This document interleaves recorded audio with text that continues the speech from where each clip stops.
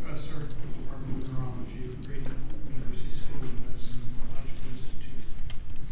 And Dr. Tadi is board certified in neurology. He's a fellowship trained vascular neurologist. He's a member of the American Academy of Neurology. He completed a fellowship in vascular neurology and is board certified in neurology. He completed his residency at Brown University in Providence, Rhode Island, and his clinical interests are stroke and general neurology. Please join me in welcoming Dr. Tadi.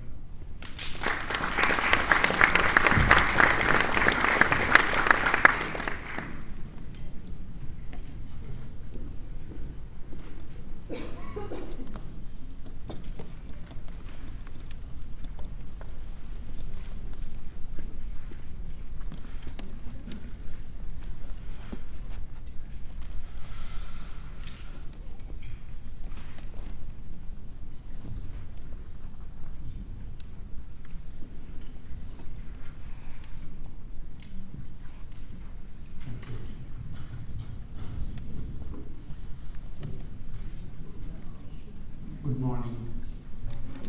I'm Tadi. I'm going to talk about stroke update.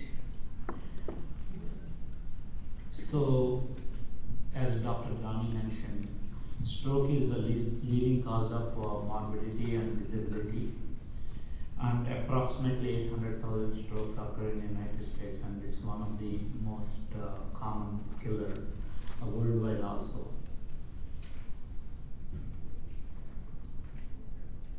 So I want this session to be more interactive. So approximately how many neurons are lost per minute during the average stroke?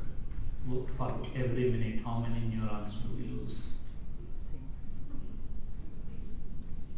Yes, see, 2 million. Thank you. This slide is very important.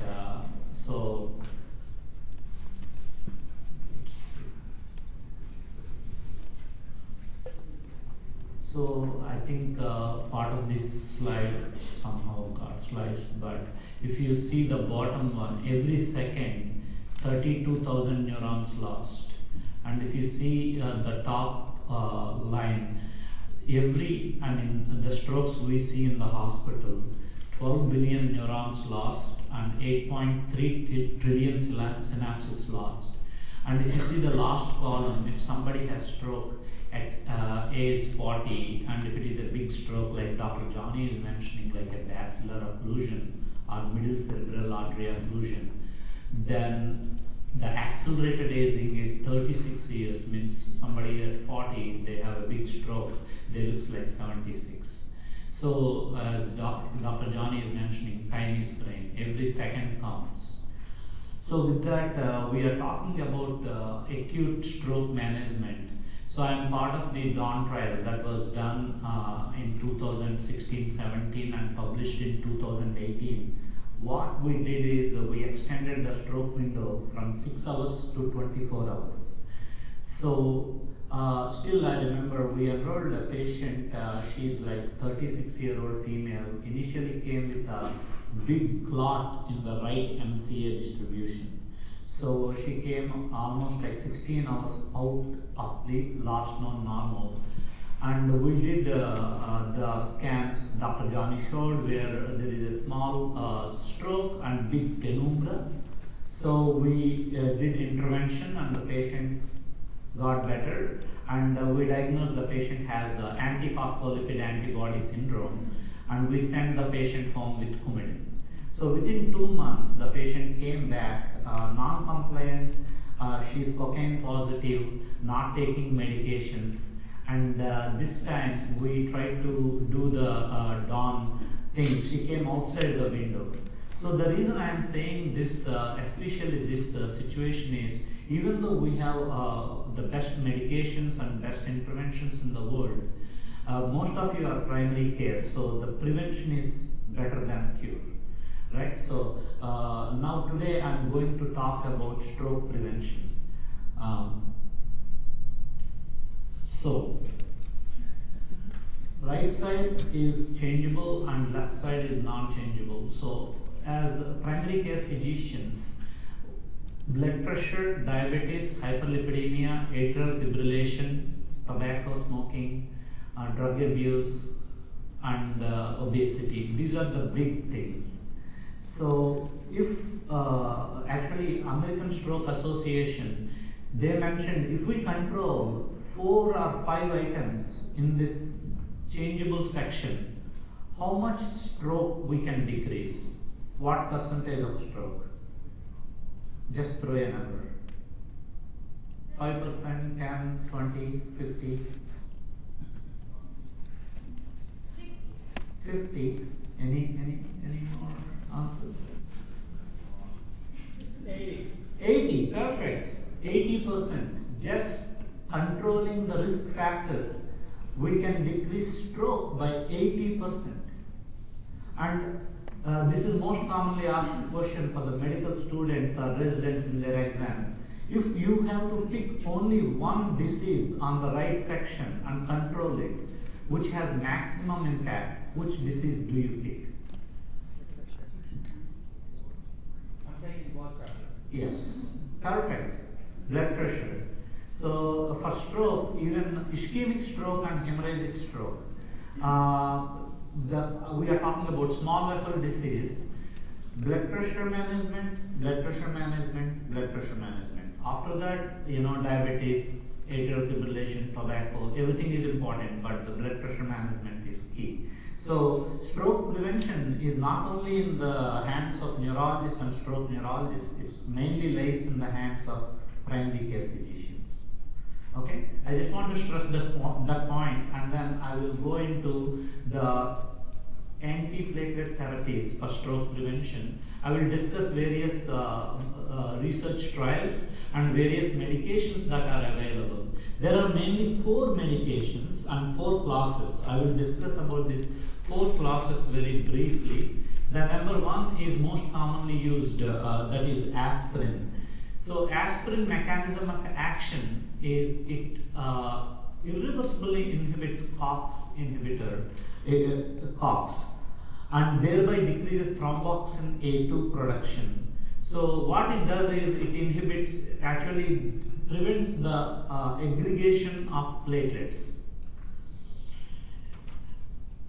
Usually if a patient is having acute stroke, we always load with a loading dose either 325 aspirin or per rectal 300 milligrams aspirin. But as in the outpatient clinic, they studied aspirin doses 50 milligrams, 500 milligrams, 1000 milligrams and 1500 milligrams.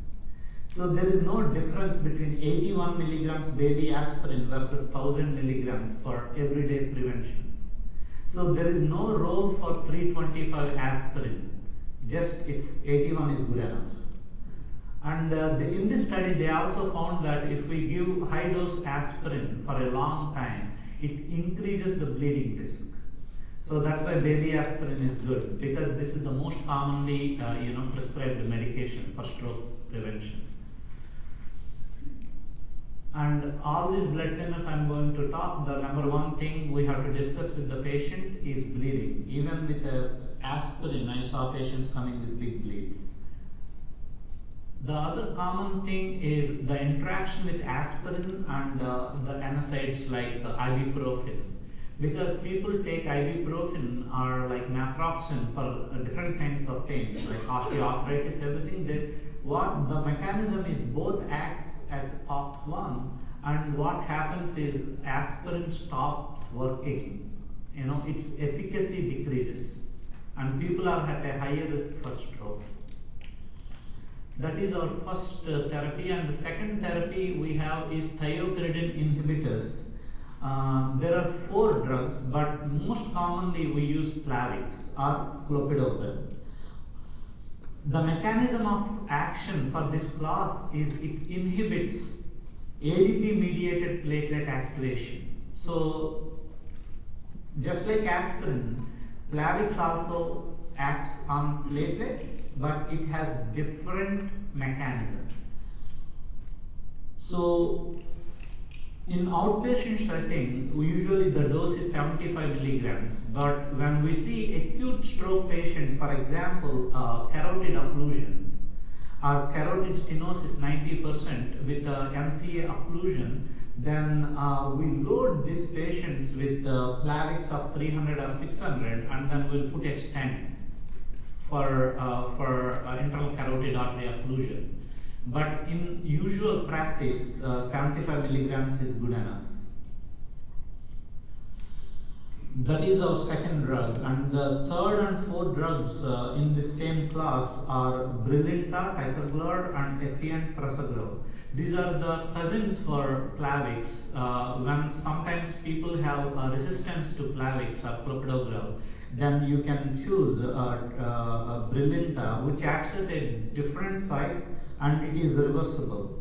But it's very important to understand that for Prasugrel, it works faster, but there is a black box warning about not using, some bad side effects with TIA or stroke. Now the third class we are going to discuss is dipyridamole. It inhibits the activity of phosphodiesterase. So aspirin plus dipyridamole combination, that is Agrinox. The dose we give 25-200 milligrams twice daily. So what is the most common side effect with Agrinox? People stop taking this medication because of the headache. Almost 35 to 40% of patient population have headaches. But the good thing is if they are able to sustain, the headaches will get better by 1 to 2 weeks. So now always I get this question from residents and medical students and other staff, when we have to give aspirin, when we have to give aspirin plus Plavix, when we have to give Agrinox. So I will discuss this in an evidence-based way. What is the science or research behind this? So before discussing that, let me talk about primary stroke prevention. Primary stroke prevention means we are giving aspirin before having a stroke. The only population that showed benefit is elderly females more than 65 years old and having diabetes. In this population only we should give aspirin. Apart from that, there is no evidence. So these are all the evidence and the recommendations. It's a class 2A recommendation. And now secondary stroke prevention. For secondary stroke prevention, we mainly use aspirin. So there are two main international trials. The number one is international stroke trial that comprised of 19,000 patients, and second one is CAS trial. It is Chinese acute stroke trial, 21,000 patients. What it showed is 14% relative risk reduction in mortality at 4 weeks. Means if somebody has a stroke, if we give aspirin sooner, then there is a 14% relative risk reduction in mortality. And after these two trials, there are almost like 15 more trials on aspirin for secondary stroke prevention. So they did a meta-analysis, and in the meta-analysis also they find the same thing. Aspirin is safe, baby aspirin, and there is no significant hemorrhagic stroke. The second commonly asked question is, can we give Coumadin instead of aspirin? Because Coumadin is more powerful than aspirin. If we give Coumadin, we can prevent more strokes. So let's see the science and research behind this argument. So there are two trials, major trials that were done, SPIRIT and WARS. What it showed is there is no benefit giving Coumadin in all stroke patients. I will talk about atrial fibrillation later. I am just discussing all stroke patients, aspirin versus Coumadin. So there is no evidence giving Coumadin to all stroke patients. Actually, it increases the bleeding risk. Even with intracranial atherosclerosis, the trial that was done is VACID trial. And actually this trial was stopped early because people who is getting Coumadin has more bleeding risk and they are having more intracranial hemorrhage. Now we are going to discuss about atrial fibrillation. So atrial fibrillation, is aspirin better, or aspirin plus Plavix is better, or Coumadin is better? So the answer is, if we just give aspirin, we decrease the relative risk only 19 to 20%. If we give Coumadin, we decrease relative risk by 60%. So for somebody with atrial fibrillation, we always have to think about Coumadin or any newer anticoagulants like Eliquis or products of Apixaban, Dabigatran. So let's. This slide shows, right side is warfarin and left side is newer anticoagulants. Actually, newer anticoagulants did better in all the sections except GI bleeding. If somebody has GI bleeding, then we have to give Coumadin. Apart from that, if the patient can take and there is no kidney issues, then newer anticoagulants are the way to go. Out of all the newer anticoagulants, the best one is Apixaban, Eliquis. Eliquis decreases actually the stroke mortality, but there is a trial called Everest trial where the side effects of Eliquis or Apixaban is comparable to aspirin. So if you, in my practice I always choose Apixaban because of the research data. The next question is, when to give aspirin plus Plavix? Is there any evidence to continue? Because in the outpatient setting, a lot of patients come to me taking aspirin Plavix for last 3-5 years. So the only trial that showed evidence is clopidogrel in high risk patients with acute non-disabling cerebrovascular events, CHANCE trial, where they give any patient with a TIA or a small stroke, means stroke scale less than 5, they gave aspirin Plavix for 3 weeks and they showed benefit. Apart from this, there is there are few more situations, like if somebody has severe intracranial atherosclerosis, like MCA is occluded 80%, but the patient doesn't have symptoms. The trial called SAMPRESS trial. SAMPRESS trial compared putting a stent in the brain, in the middle cerebral artery or different arteries, compared to maximal medical therapy. So actually people who are getting maximal medical therapy, means excellent blood pressure control, blood sugar control, aspirin plus Plavix for 3 months, they did much better than the stent group. So these are the two situations I can think of. Anybody with TIA or small stroke or severe intracranial atherosclerosis, and the third situation is if we put a stent in for internal carotid artery stenosis, then as per the neurointerventional colleagues or Dr. Johnny, we usually go for few months. So these are the only 3 situations. So that's why in my clinic I always say only one is enough and the patient is very happy with that.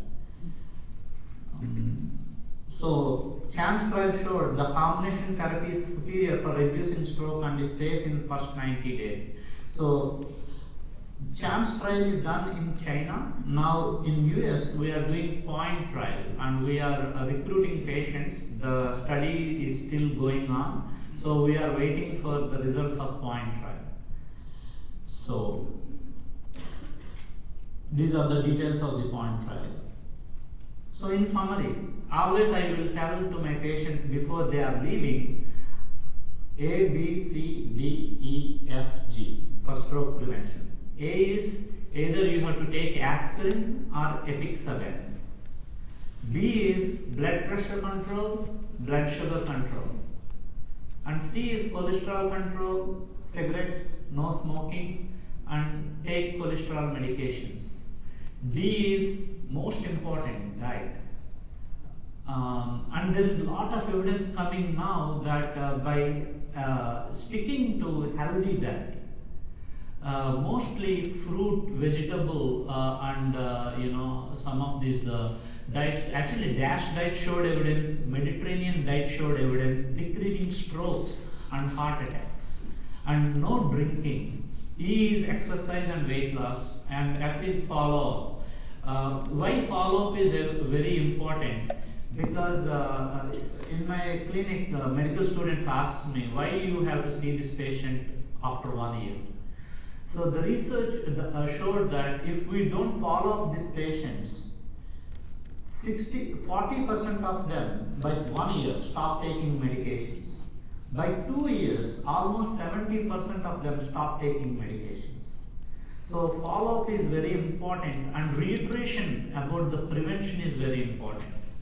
And stroke is very devastating, as Dr. Johnny is mentioning, and it is #1 morbidity in this country, where the patient is awake, conscious, cannot speak, cannot walk, bedridden, the big strokes. So we often underestimate the group support, but it's very important having excellent community support, friends, family. So always go A, B, C, D, E, F, G with all my patients before they are leaving my clinic.